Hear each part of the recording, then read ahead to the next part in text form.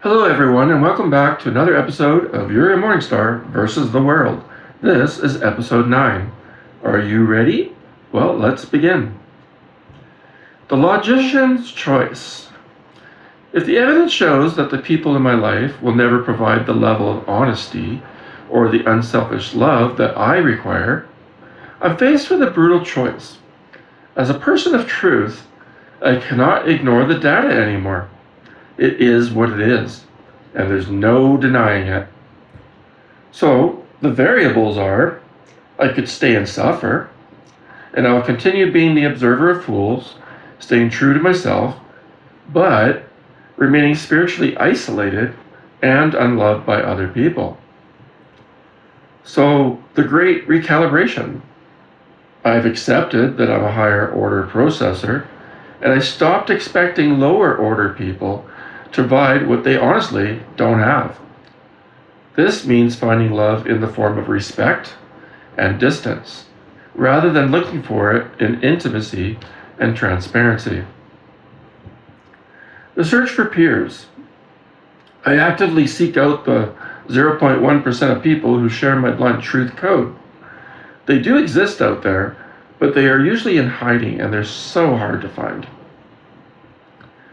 I myself have been married 3 times. I've been in too many interpersonal relationships in my lifetime, more than I'd like to admit, more than I can even count. And I've seen the same patterns over and over and over again. I still never find the level of love and truth that I'm searching for. I'm a very deeply passionate guy, and it is far too much for most people I've been with. I am just so deeply loving. Yet they all have given so little back to me in comparison.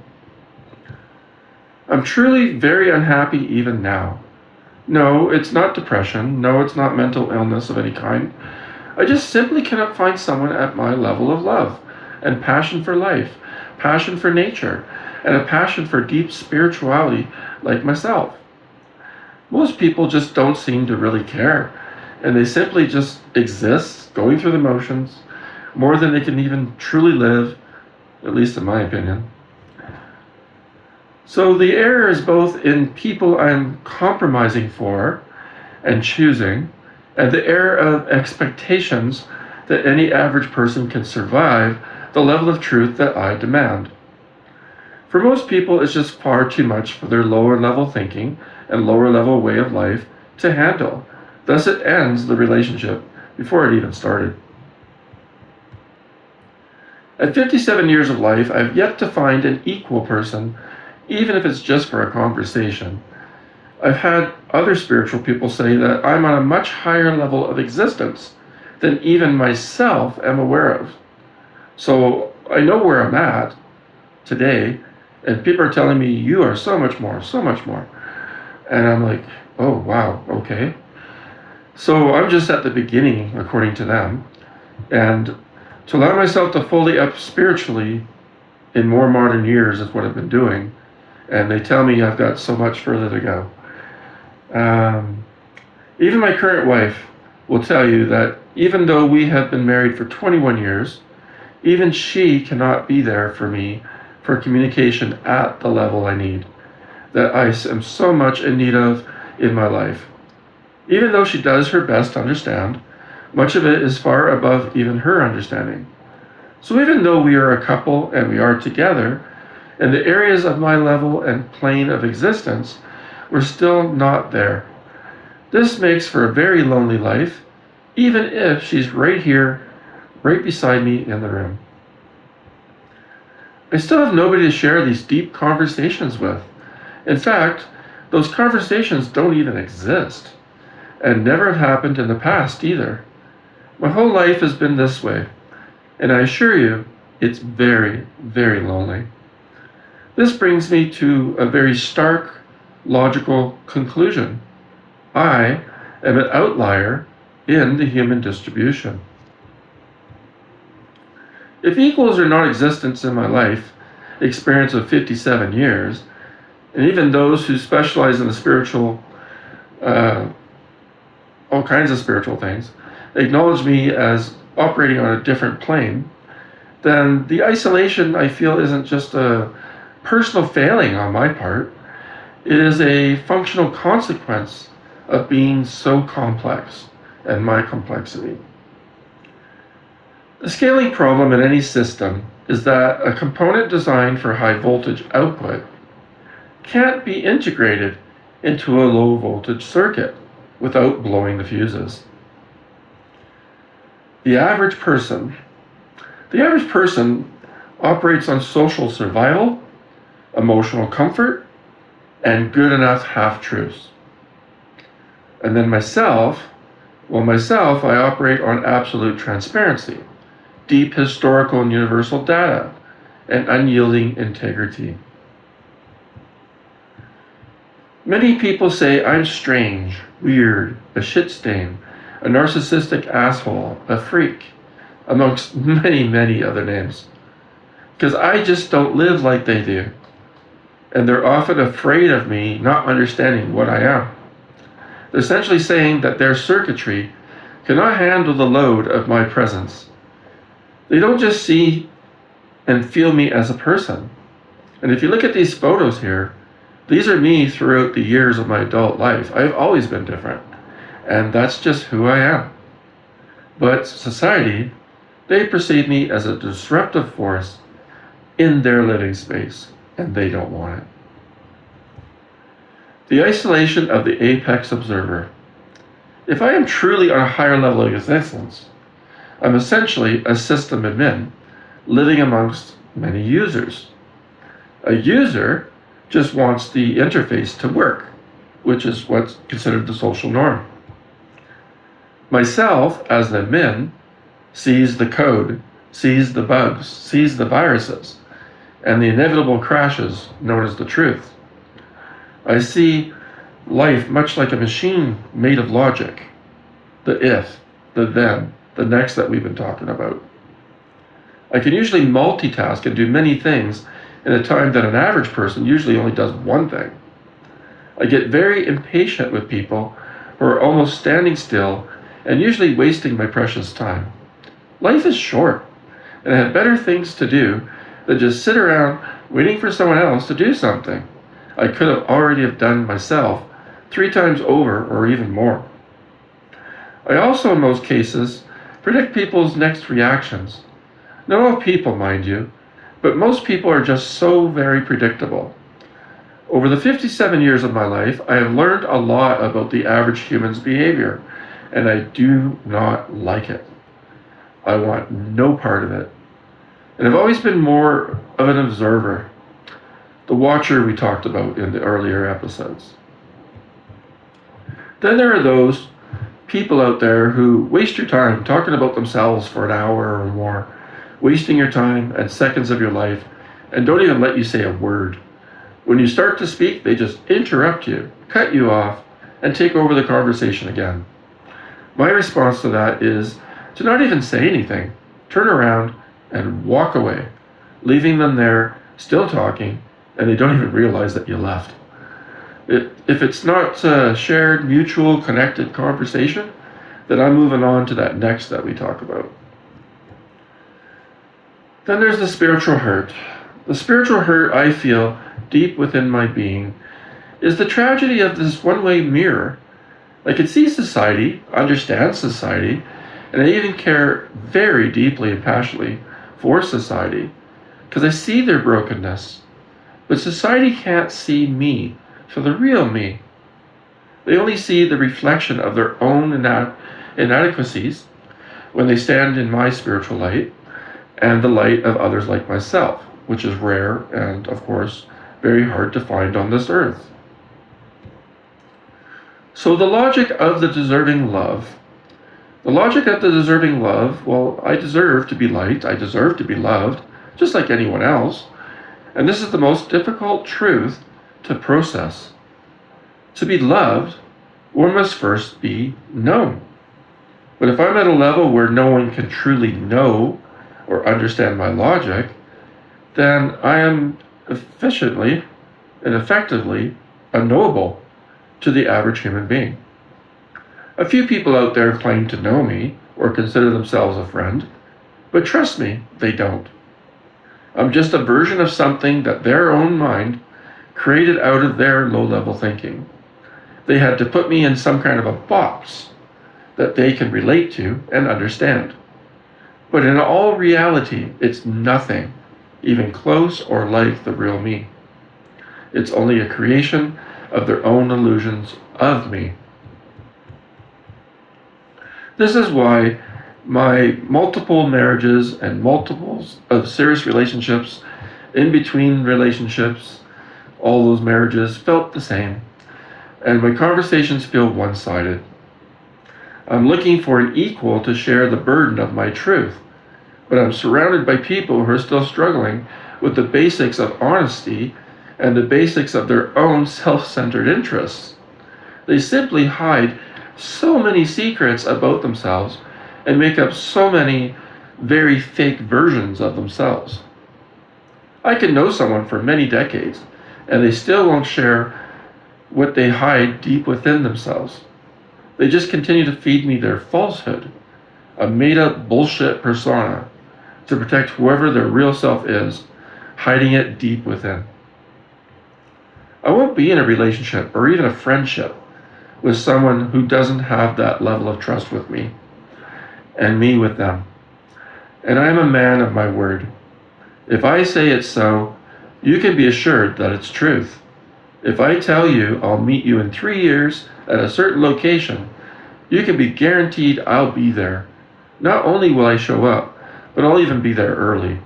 You won't even have to remind me, because I take my dignity and my word very seriously. The reality of the one-sided life.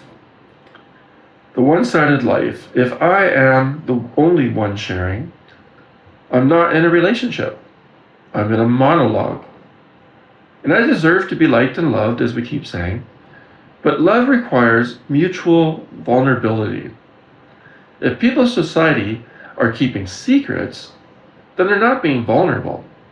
If they aren't being vulnerable, people of society, then they cannot truly love me. They can only try to manage me. And to that I say, good luck. Try again. So the logical pivot, the invitation versus the broadcast. Right now, my honesty is a broadcast. It's high power, constant, and unyielding. Now, what if I change the protocol? Instead of sharing my truth, what if I used my bluntness to demand theirs? So, the experiment for that.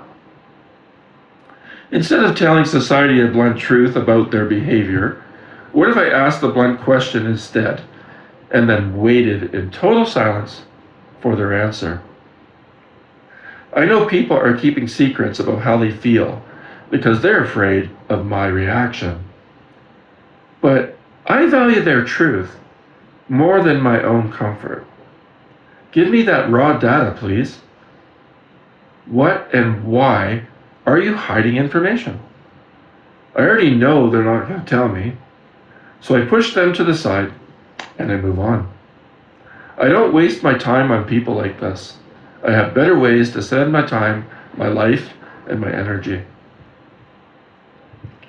Does it feel more true to self for me to continue being the only honest person in the room, or to use my strength to force other people around me to stop hiding their secrets? I'd be waiting for years and probably never get a straight answer. This is the most painful data point of all. The realization that I am willing to give what society is fundamentally incapable of giving back to me, the blunt truth. In my system, truth is currency. I have an infinite supply of it. In society's system, truth is a scarce resource they are terrified to spend. If I were to wait for them to match my level of transparency, the math suggests I would indeed be waiting for the rest of my life. This reveals a fundamental system mismatch between me and most of the rest of the world. The deadlock of the transparent versus the guarded.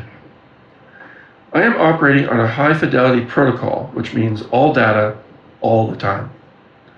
Society is operating on a low-fidelity protocol, which is minimal data and very high encryption.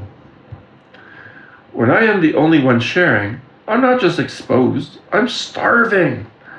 I am outputting 100% of my internal reality and receiving 0% of society's back. This is why I feel so alone. Even when people are in the room with me, hundreds, thousands, it doesn't matter. I'm interacting with their mask, while society is interacting with my internal core. So, the truth about the answer. I said that I'd never get that answer. I'd never, ever get an answer. Logically, that is true for two reasons. One, incompatibility. Society might not even know their own truth. Most average people live in a fog of social conditioning that they literally cannot even access the why behind their own actions. They don't even have a clue, and they don't even have the history or even the logic of why they do what they do.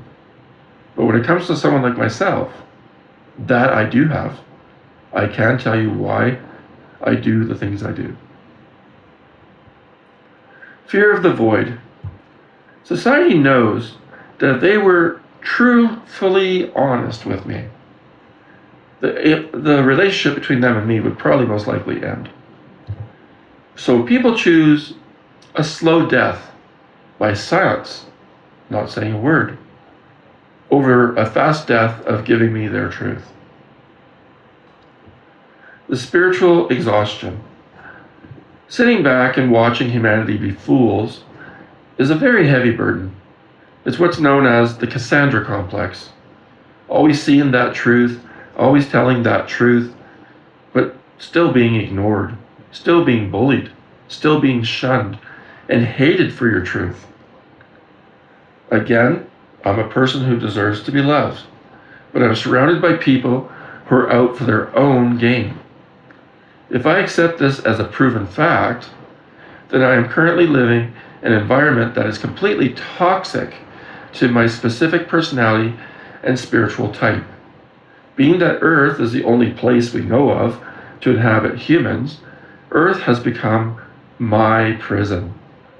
The fools of society have become my daily torture, and for me, there's absolutely no escaping it.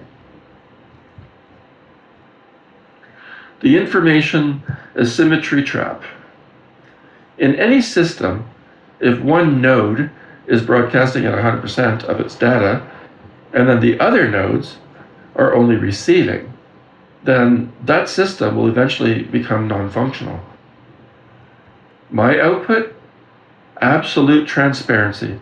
I share the blunt truth no matter what, because I believe secrets are inefficient, deceptive, and toxic.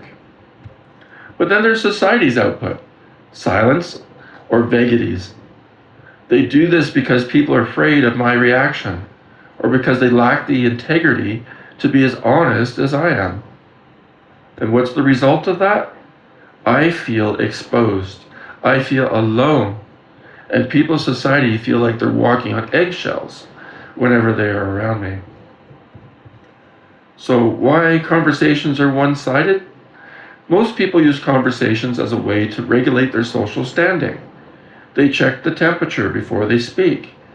When they encounter someone like myself, who has a 1/1,000,000,000% truth and no lying rule, they calculate that their own thoughts and feelings are not good enough or too illogical to share with me, but I let them own that.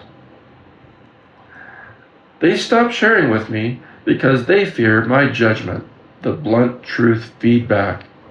In people of society's minds, it's safer to keep a secret than to risk being corrected or dismantled by my logic. Then there's the breach of trust by silence. People in society have severely hurt me since my childhood. up to the modern day of 57 years later. They have hurt me physically, emotionally, and spiritually. And to them, they act like it's no big deal to them. But this is the ultimate hidden data.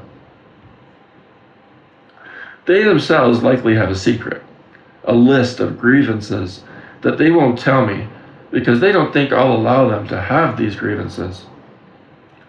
In turn, I feel the hurt of their dismissiveness, which is a fact to me, but a variable society they just ignore.